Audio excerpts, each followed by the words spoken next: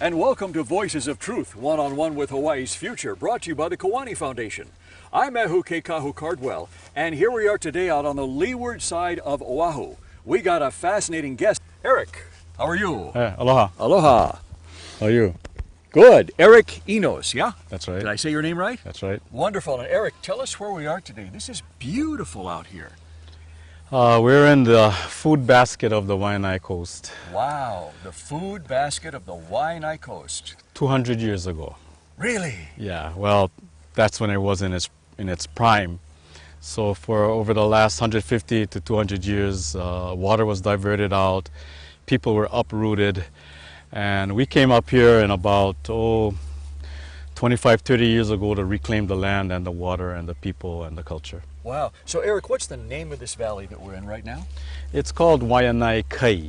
Waianae Kai. Kai. Kai is for fresh water, right? Ocean. I mean ocean water. Yeah. Well, that's a general name because there's Waianae Uka, which is over the mountains, over into Schofield and into the other side of this mountain range. Wow. That's Waianae Uka. So that's another valley over there. Well, that's a division of land in the Ahupua'a of Waianae. So people just think of Waianae as just being the valley, but it's actually over the mountain and into the Ko'olau mountain range. So it's like 2 to 3 times larger than what people really think of it as, right? Yeah. Wow. Yeah. And so you're saying like 150, 200 years ago, this grew a lot of food for a lot of the people on this side of the island, yeah? Yeah, it probably fed most of the people along this coast. I notice you got school kids over here. Yeah. What are they doing here?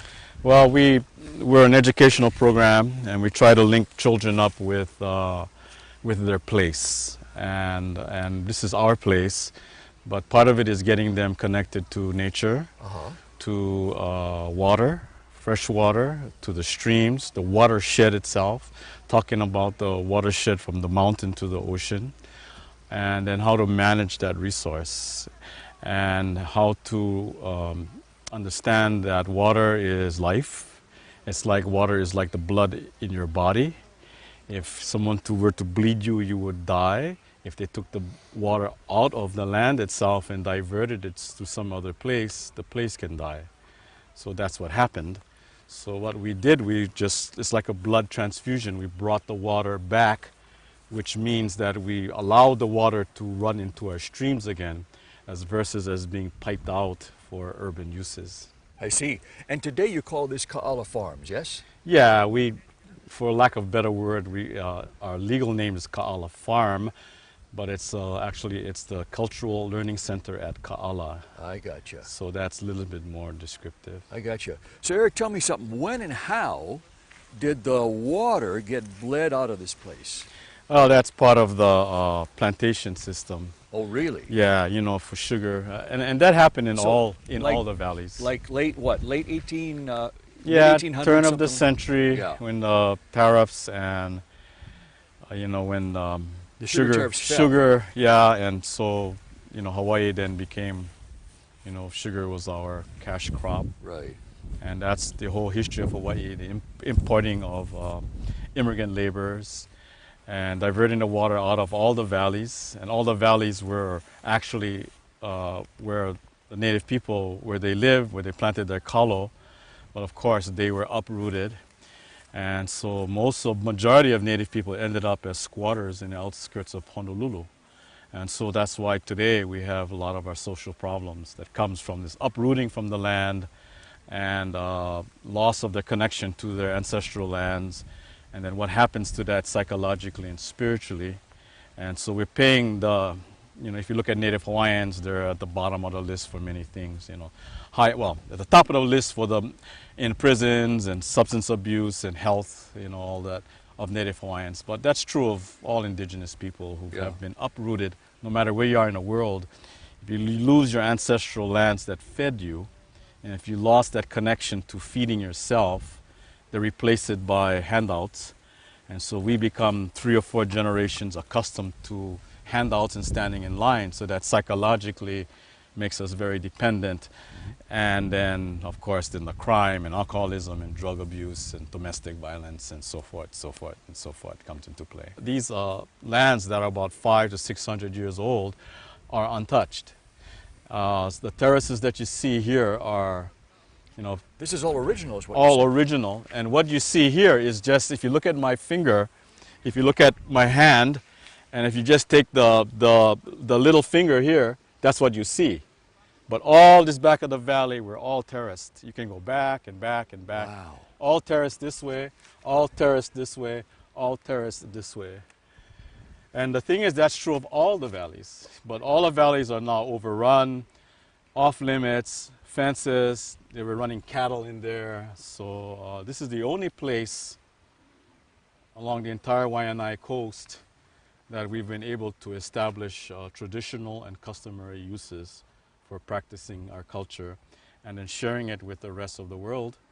And we're saying that one of our mottos is the earth is not racist. It does not ask us of our blood to take care of it. Right. So we all say that we are all equal in the mud. Equal in the mud, I like that. Eric, what you're saying is these terraces that we see here are not terraces that you all came in and dug. This goes back to the hundreds of years. This is original. This is, in other words, it looks exactly today as it did way back then. That's right. That's right. And that's the good part That's right. of this. It was left. But the bad part is the land and the people. The land was starved of the water, and the people were starved of their water and their food. And their spiritual ties to the Yes, land. their culture. Yeah, Yeah. because you Yeah. cannot. Culture is like people go to church on Sunday, but for us Native people, It's every day, this, all the time. This was our church. Yes. I mean, so your planting was sacred. Eating was sacred.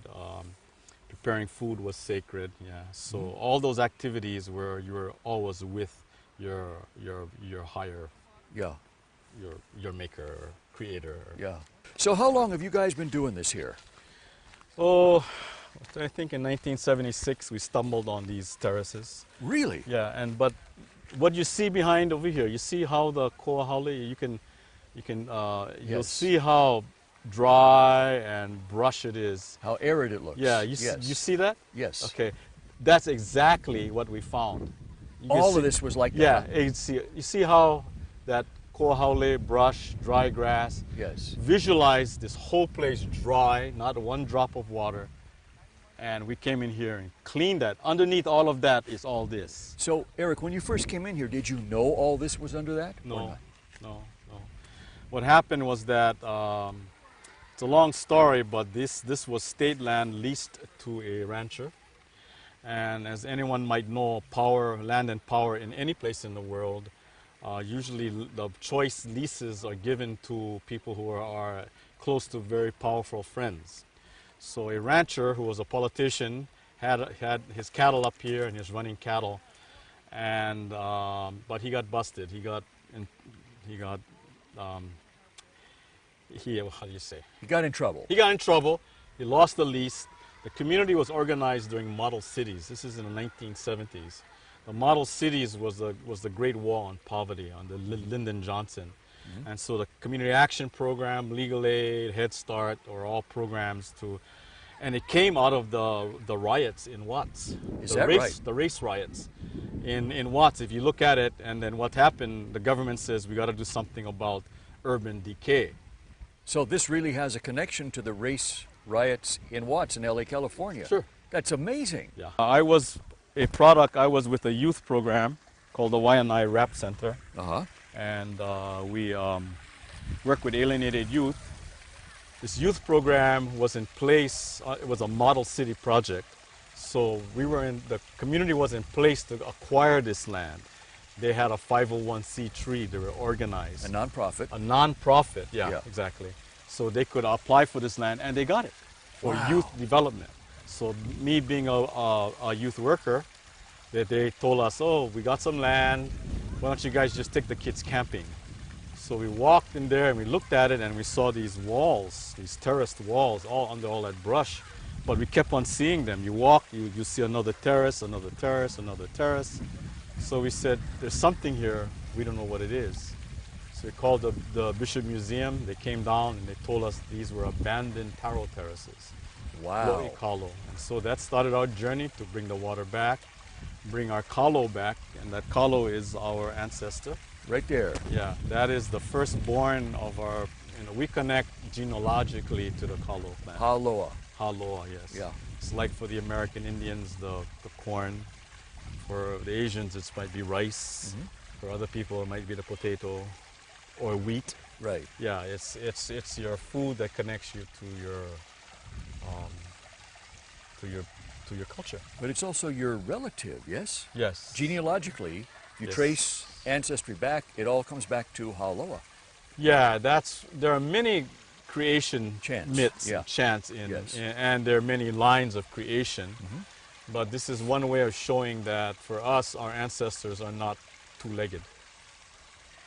They could be a plant, they Yep. could be a bird, they could be a fish, they could be the rain, they could be the forest. Those were our ancestors also. So we think in terms that we're all connected to everything else. A lot of these kids come from broken homes where where you have an absent father. I mean, the whole thing That whole happens, syndrome, That yeah. whole syndrome. And Yeah. what we're trying to do is to break it and to be some positive role models that they see in their lives, adult role models, Yes.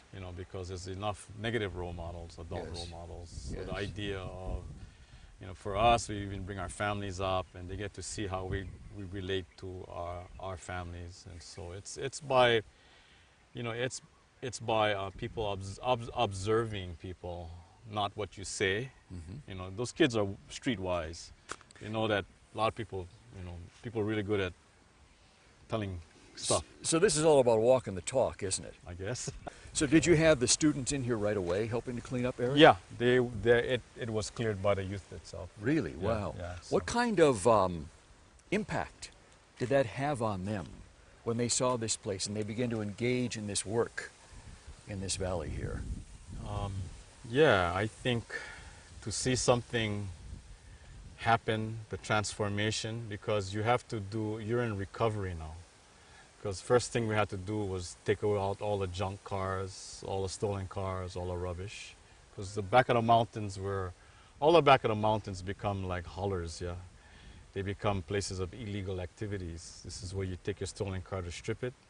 This is where you grow drugs. This is where you do, well, historically, this is where the stills were, yeah.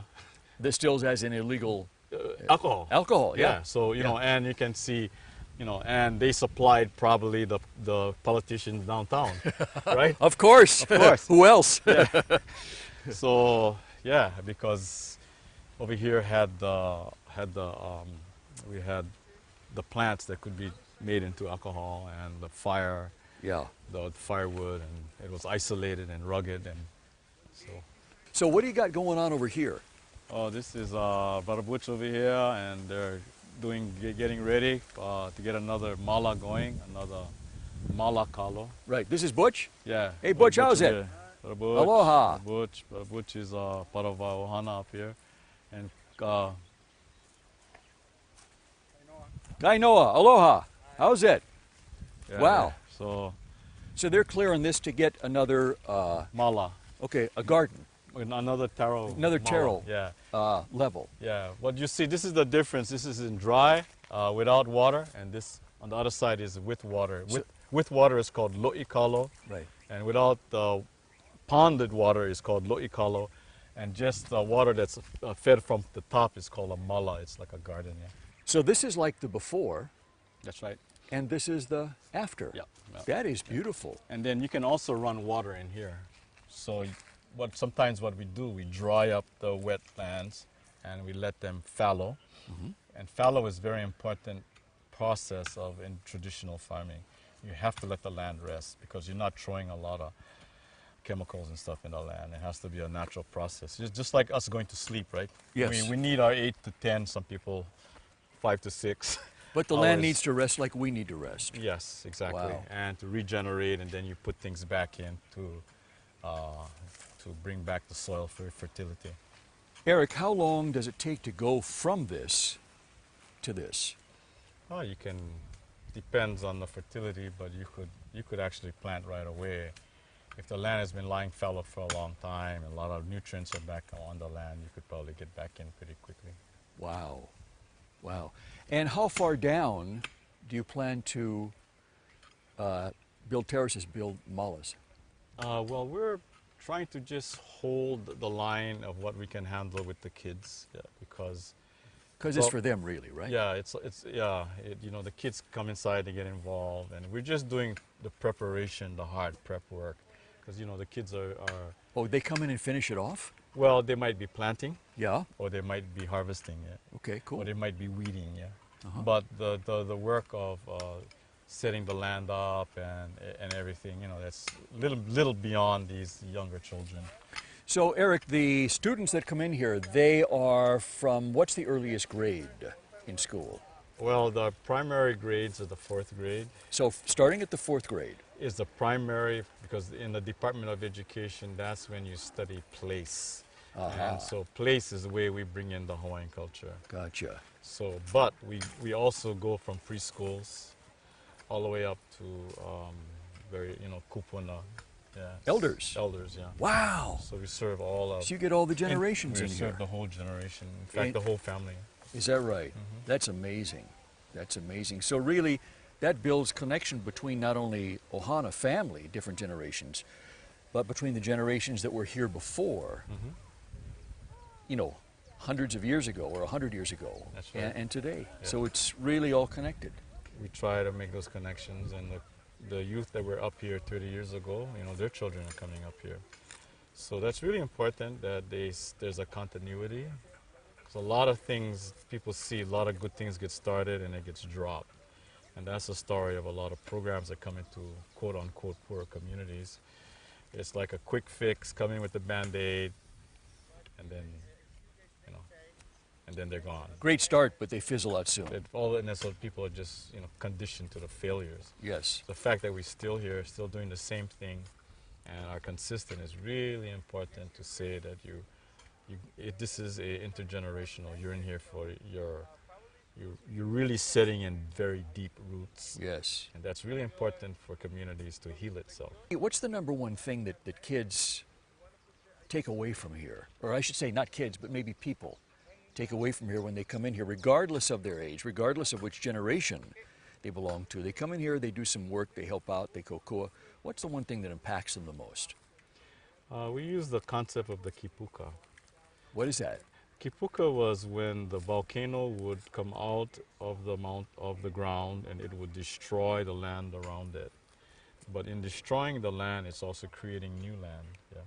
But when it does that, if it's coming out where there's an old growth forest, a lot of times it goes around an area, it might be a hill, where the old growth forest stays. And so you would have devastation. But that old growth forest is called a Kipuka, and out of there comes all the seed for regeneration of the new area, because lava eventually becomes soil, and that's how these islands were created anyway. So we can think of this as being a Kipuka, a cultural Kipuka of holding, because the devastation is man-made now, and a place to regrow and regenerate, and to take these ideas back to your home, back to your backyard, and it doesn't matter where you live. From anywhere in the world, people are doing the very same things we're doing right here. Wow. So it's like them taking seeds from here, seeds being the ideas, the inspiration, and they go back to wherever their home is, maybe in Hawaii, maybe not, maybe on the other side of the world, and planting those seeds there where they live. And also, they bring their ideas. Here. Yeah. Wow. And so we learn from each other. Wow. Because we don't have the answer, but we have a method. And in that process of the journey, you bring those that can bring their ideas, because it's in sharing is where the wealth is, sharing of ideas. Because we're not experts on anything. And we're open to constructive ideas. And if anybody has a better way of doing it, we'll certainly take a look at it. And we learn from each other, inspire each other, and share stories. It's important to share stories. What effect or impact has doing all this had on you? Well, I was very fortunate to have my family, and you know, it really is family support. It kept us grounded. You know, no matter what gets thrown at us, we still, you know, think like a family, and that has helped us in all the work that we do, and it just kept us strong. Because it's important to have something that grounds you. Anybody, there's something that, Anything, right? yeah, anything that's worth its salt. Yes. What year was this valley first cultivated by people? I'm not sure, maybe, they say 300 to 500 years ago. Really? So So a long time. Yeah, yeah. In fact, we have our students in the mountains right now doing archaeology. Really? Yeah, we have with our high school, we have curriculum. It's a natural resources academy. And we're teaching kids all the things they need to learn of how to conserve and manage their natural resources. There's agriculture, there's marine science, there's food service, there's a health component, there's archaeology, native plant, watershed. If you look at all those things, it's an integrated curriculum. When you put it all together. When you put it all together. Yeah.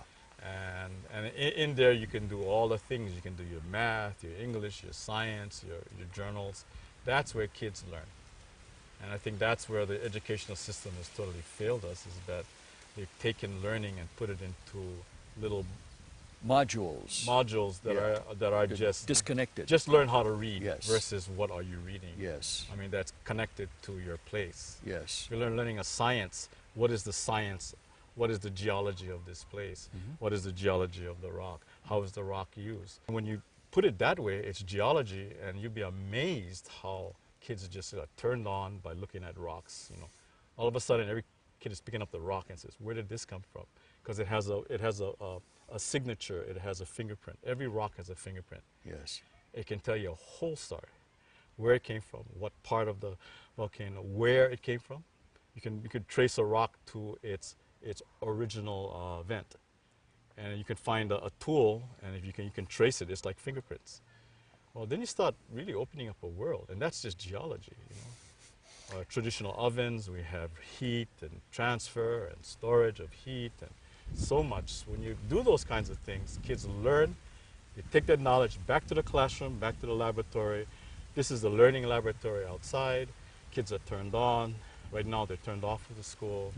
So this is part of our mission, is to work on developing curriculum and bringing kids out, school without walls, field schools.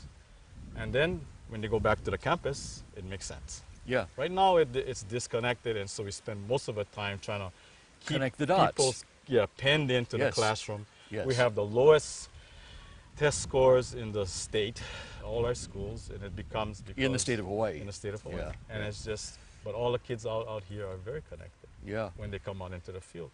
I've had teachers say, this student, there's no way that they're going to pay attention or anything. No way you can succeed with Yeah. them, and yet they come on and At get the end of turned the on. day, Yeah. they're the ones asking a question. Yeah. The teachers are amazed, and we keep Yeah. telling them, you got it. But you see, it's the system. The Yes. educational system is not geared. It's geared toward, it's a factory. When you bring kids out here, people of any generation, aren't you really reconnecting them with the type of education, the holistic education that their ancestors got? Yeah. To where when you, like you say, you pick up one single rock, it's not only just about geology, it's about math, it's about science, it's about culture, it's about reading, it's about all those things just in that one rock. Yeah, that's right. And that, I mean, just talking about that and thinking about that now turns me on. Yeah, yeah. It's a world, because now It's a you whole now new you world. now you're going to use it. We actually Yeah. use the rocks to cook our food with, Yes. to make our tools with, to build our walls with. Yes. And kids learn engineering, they learn water science, Yeah. they learn hydrology. We've had our kids compete with the finest private schools in environmental science, and our kids beat the best private schools because they're out in the field. They know it from here, inside, because they're using the material. In there now, ow. In the Na'au. Right. Yeah, yeah. Wow. I mean, they were right up there, and they could, and they come from families that are probably might not have a book in a house. They don't have all the best things that we take for granted. You can't cure anybody. They have to want to cure. Oh, well, only you can cure yourself. That's right. Yeah. It's Yeah. like people say, well, fix me up. It says, no, you have to fix yourself up. Yeah. Yeah. And you have the tools, and you have the method. You got to do it. Nobody can heal you. Right. But this is the opportunity. There's a chance. And I bet you they're standing there or sitting there thinking, if I can tell all this in one rock, what about this tree? What about this stream? What about those hills? What about this wind? That's right. And it's That's right. like that for everything out here, right? That's right. That's right. Wow. Everything connects, Wow. and then all of a sudden, the world of science becomes a world of wonder. The whole world just opens Yeah, to it opens you. up math, science, and all the things that they're struggling to put into the kids' brains. Mm-hmm. You know, it's like if you want, you know, it's like taking a horse to water. You can't make it drink. So instead of going from the outside in, it comes from the inside out. then, yeah? Educate. Yeah. Educate. Educate. I love that. I love that. And Eric, on that note, we got to end. We're out of Right. time. Right. But Well, mahalo, nice. Piha. Thank you Yeah, very sure. much It was for nice. being on Voices of Truth at Kaala Farm. I am so inspired by this place. I mean, it's amazing. It's amazing. And to our viewers, thank you for joining us here on this amazing tour with Eric Enos. And remember, you can watch us on the web 24/7 on voicesoftruth.tv.com. I'm Ehu Kahu Cardwell for the Kipuka Foundation, and until next time, ahui ho!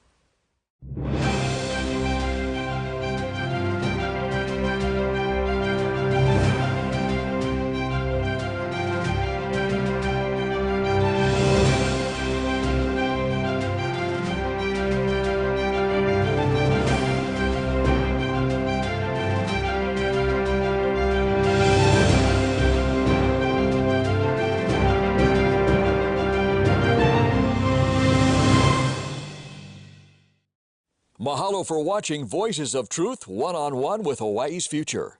Watch us on the web 24/7 at voicesoftruth.tv.com. You'll find all our shows, including this one, in case you want to see it again or share it with family and friends. Also view our weekly video commentaries at freehawaiitv.com. And check out our blog, published daily, at freehawaii.info. It's all part of the Free Hawaii Broadcasting Network.